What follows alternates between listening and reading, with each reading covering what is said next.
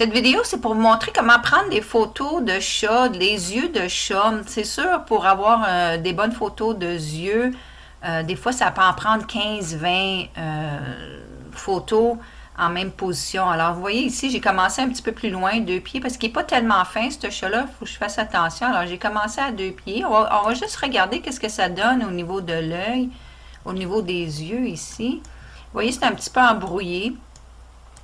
Mais j'ai quand même, même si des fois c'est embrouillé, me l'a envoyé parce que des fois, il y a des points de référence que j'ai besoin. Alors, de loin, c'est beau, mais c'est pas beau de proche.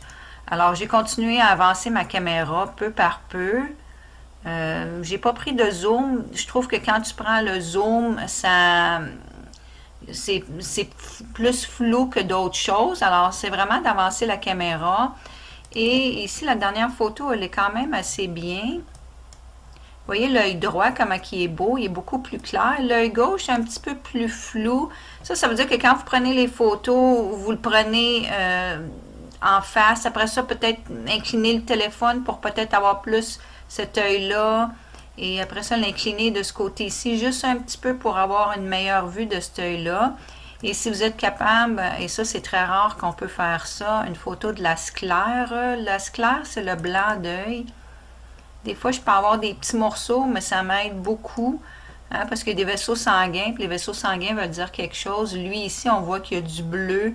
Alors ça me dit quelque chose. Et aussi, on voit qu'il y a du noir. Ça aussi, ça me dit quelque chose de très important. Alors la sclère, elle est très importante, mais qui est quand même très difficile à avoir.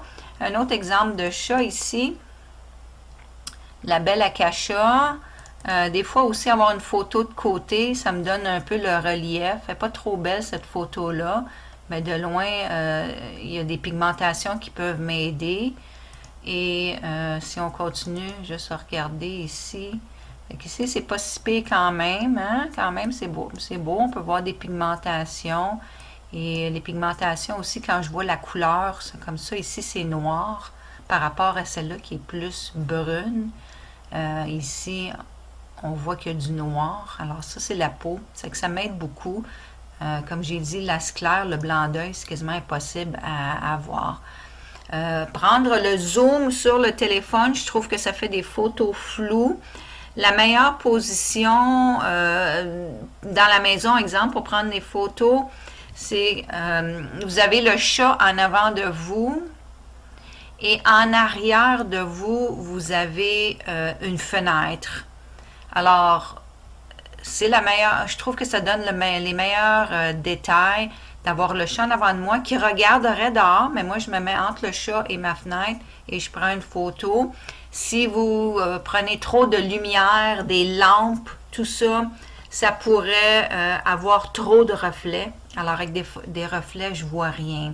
Alors moi, la meilleure position, c'est quand mon chat est assis à la table et il regarde dehors. Je suis capable de me mettre entre la fenêtre et lui. Je prends une coupe de photos. Alors, ça donne les meilleures photos. Si je suis capable de la sclère, on y va. Alors, c'est le meilleur moyen que j'ai trouvé pour prendre des photos de chat.